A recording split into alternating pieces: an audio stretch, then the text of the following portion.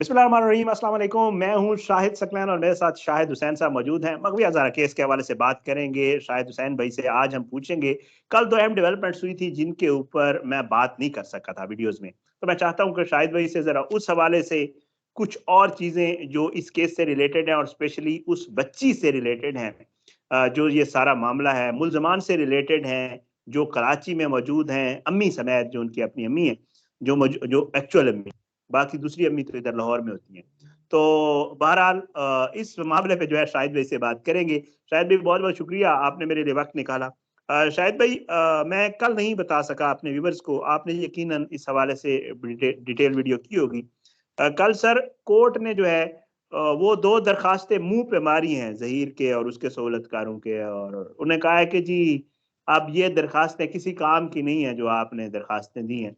ज़रा उस हवाले से सर थोड़ी-सी कोई डिटेल बताइएगा सर, क्या हुआ कोर्ट? बिल्कुल शायद भैया आपका बहुत शुक्रिया। देखिए उसमें 2-3 चीज़ें आपको पता है मुसलसल हम डिस्कस कर रहे थे। शायद ये वजह थी कि इस अदालत के ऊपर इनको एतमाद नहीं है, वो थी 8 हाँ, दिसंबर की मेहदी काज़मी साहब की दरख़्वास्त, ठीक है? तो बिल्कुल। उस दरख़्वास्त के बाद हमने देखा कि सूरत-ए-हाल मुसलसल जो तब्दील होती रही।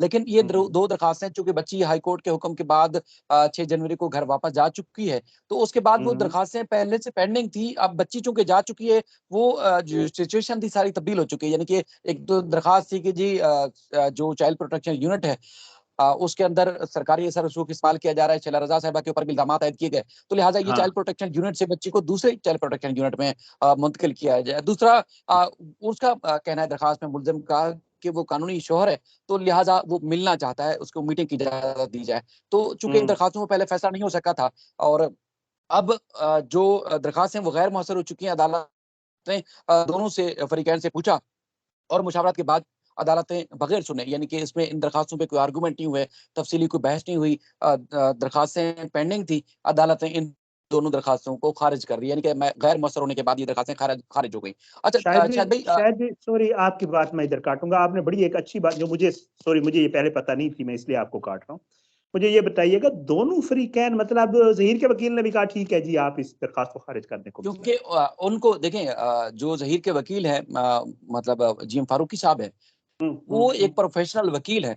येस, मतलब येस। जिस तरह वो लाहौर में बैठ के एक टुचके से जो नाम नहाद वकील बन के वो बड़े दावे करने की कोशिश करते हैं, वो उनमें और इनमें ज़मीन आसमान का फ़र्क है।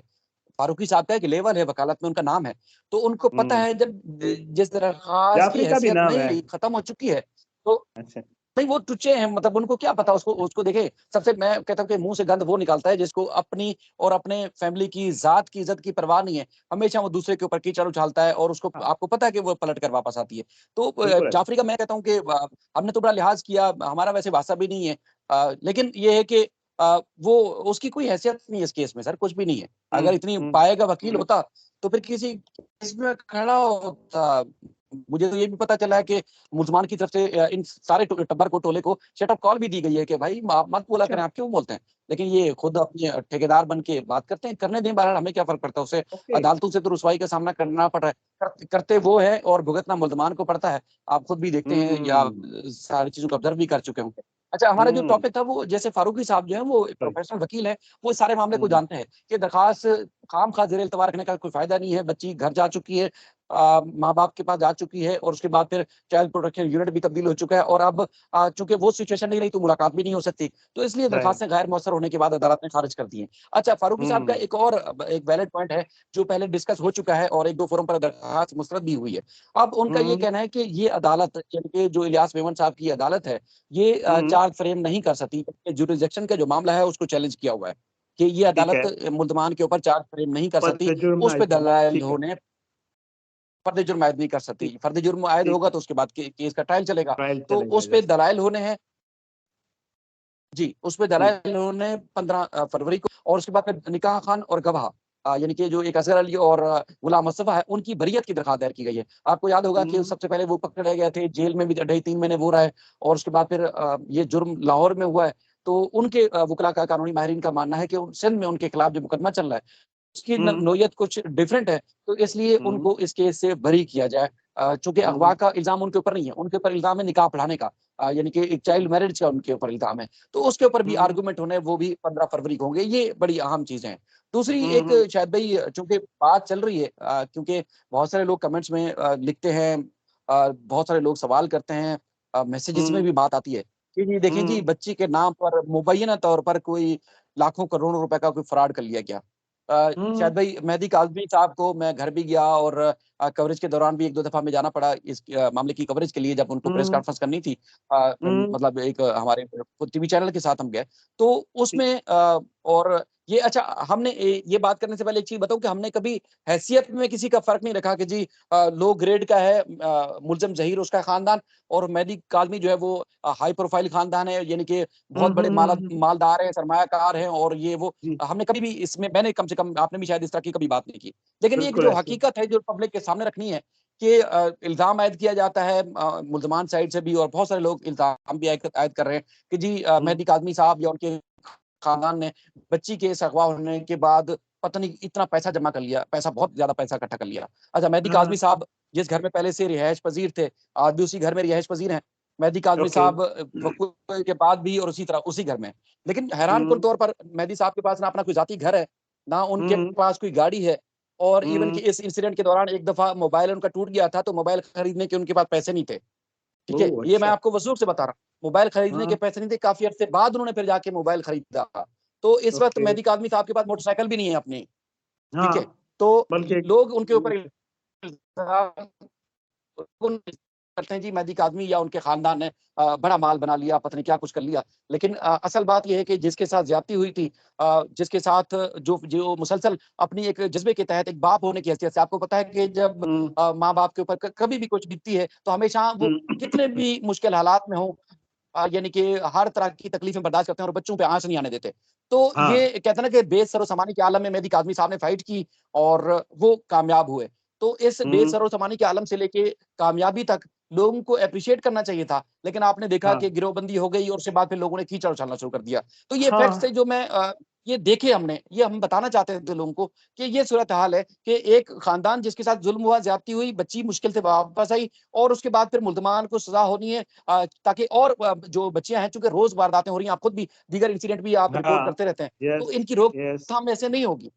उस बात की हुँ, हौसला अफ़ज़ाई करने के बजाय आज भी उसके ऊपर कीचड़ उछाला जाता है, जिसके पास ना घर है ना उसके पास गाड़ी है, मोटरसाइकिल नहीं है। इवन कि कई हुँ, दफ़ा ऐसा होता रहा है, हमें पता चलता रहा है कि उनके पास कोर्ट आने के लिए भी पैसे नहीं होते थे। क्योंकि उनके वकील ने फीस हुँ, नहीं ली और उनके जिब्रान नाज़िर साहब ने कोई फीस नहीं ली। जो हाँ, डॉक्यूमेंटेशन के पैसे थे वो लिए। तो इवन कि ये ओके। सूरत-हाल भी इस दौरान होती रही है, लेकिन लोगों ने उनको पता नहीं क्या से क्या बना दिया। मैं कहता हूँ कि ये हम सब के लिए, हमारे माशरे के लिए बायसी शर्म है कि ऐसे खानदान जिसने एक मुश्किल देखी है, मुश्किल हालात से हुँ, गुज़र रहा है, उसके ऊपर फिर बैठ के हुँ, जो है कीचड़ उछालता है, ये नामुनासिब अमल है। हाँ, ज़ाहिर है। नहीं, नहीं, नहीं, शायद भई देखें इस बात की तो हम पहले दिन से मुखालफत करते आए हैं और बाकायदा तौर पे ऑन रिकॉर्ड कहते आए हैं कि यार आपने केस रिपोर्ट करना है आप करें और हमें कोई कोई एतराज़ किसी पे भी नहीं है, कोई किस तरह से इसको रिपोर्ट कर रहा है, जिस एंगल से कोई लेना चाह रहा है बिल्कुल ले, हर किसी का अपना एक पॉइंट ऑफ व्यू होता है, हर किसी का अपना एक हक होता है। वो कहते हैं ना कि जी हर हम जिन्स कुनद हम जिन्स परवाज़, कबूतर बा कबूतर बाज़ बा बाज़। तो ज़ाहिर-सी बात है हर किसी ने जो है अपने जो उसकी होती है जिन्स उसके साथ परवाज़ करनी होती है। तो कोई किसी को के साथ खड़ा है, ज़हीर के साथ अगर कुछ लोग खड़े हैं, उसके सहूलतकार जो उसको हीरो पेश करते हैं, जो चाइल्ड मैरिज को प्रमोट करते हैं बाकायदा बैठ के, हमें कोई इतराज़ नहीं है सर। लेकिन सबसे बड़ा इतराज़ जो बिल्कुल ऑन रिकॉर्ड हम कहते रहते हैं, मैं आज फिर कहता हूँ कि यार खुदारा किसी की ज़ात पे कीचड़ उछालना कहाँ की रिपोर्टिंग है या किसी की फैमिली पूरी को ले आना। मैं जैसे आपने पहले बात की और मैं भी कह रहा हूँ कि कभी हमने ना ज़हीर, ना उसकी माँ, ना उसकी भाभी, ना उसके भाई के हवाले से इस रिपोर्टिंग के अलावा कोई बात कोई है तो मुझे ला के निकाल दें, जिसमें हमने कहा हो कि यार खुदा न खास्ता वो कोई गलत लोग हैं या कुछ जो भी है, वो मतलब रिपोर्टिंग के अलावा। तो पता नहीं कब अ, हमने कभी नहीं कहा कि भाई वो भिखारी हैं और ये आला खानदान है, नहीं नहीं, नहीं। ज़ाहिर है उनका एक जो जुर्म है और उनको उनका फैसला अदालत ने करना बस है। लेकिन यही लोगों है ने जो हम इल्ज़ामात है ये नामुनासिब अमल था। वही ना सर, देखें ना हम मतलब हम तो नहीं कह सकते ना कि ज़हीर वगैरह वो गलत फैमिली है या कोई भाई वो उनका अपना है। हाँ, जो कोर्ट में रिपोर्टिंग होती है, आप चीज़ें बताते हैं, हम चीज़ें बताते हैं, कोर्ट में ये हुआ, कोर्ट में ये हुआ। हाँ, इसमें ज़रूर हम हर वीडियो में कहते हैं, मैं आज फिर कहता हूँ, अली काज़मी के साथ हमारी हमदर्दी है, हम उसके साथ खड़े हैं, हम उसकी फेवर कर रहे हैं, हम उसे कह रहे हैं कि जी उसकी बच्ची के साथ ज्यादती हुई है, अली काज़मी के साथ ज्यादती हुई है, नहीं होना चाहिए, क्योंकि मैं नहीं पसंद करता कि मेरी बच्ची के साथ कल को खुदा न खास्ता ऐसा हो, तो इसलिए अली काज़मी की बच्ची के साथ भी नहीं होना चाहिए। जो समझते हैं कि अली काज़मी के साथ ठीक हुआ है, वो ये भी समझते हैं कि कल को उनकी बच्चियों के साथ भी हो जाए तो नो प्रॉब्लम, तो कोई इशू नहीं है।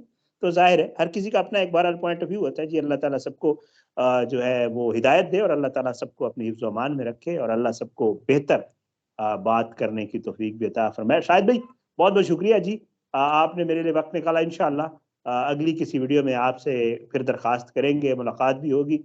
अपनी दुआओं में याद रखा करें। इजाज़त दें। पाकिस्तान जिंदाबाद। अल्लाह हाफिज़।